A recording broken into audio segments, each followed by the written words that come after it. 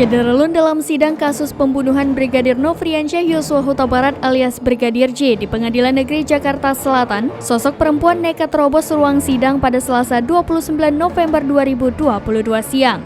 Dalam persidangan itu menghadirkan terdakwa Ferdi Sambo dan Putri Chandrawati. Diketahui perempuan berhijab itu merupakan pengunjung sidang dan tiba-tiba nekat menerobos jalannya sidang. Wanita tersebut rupanya hendak berbincang dengan Ferdi Sambo. Momen itu terjadi saat Ferdi Sambo hendak keluar ruang persidangan usai hakim memutuskan menunda sidang hingga pukul 14 waktu Indonesia Barat. Ferdi Sambo yang sedang berbincang dengan pengacaranya terkejut lantaran dihampiri seorang wanita berhijab.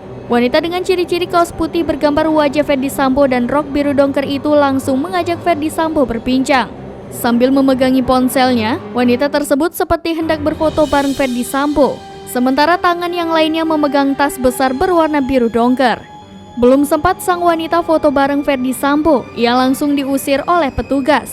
Melihat aksi wanita nekat tersebut, Ferdi Sambo langsung gelagapan. Ayah 4 anak itu pun langsung melihat ke arah sang istri Putri Chandrawati yang turut memerhatikan gerak-gerik wanita tersebut. Ferdi Sambo lalu buru-buru keluar ruang sidang didampingi jaksa dan petugas kepolisian.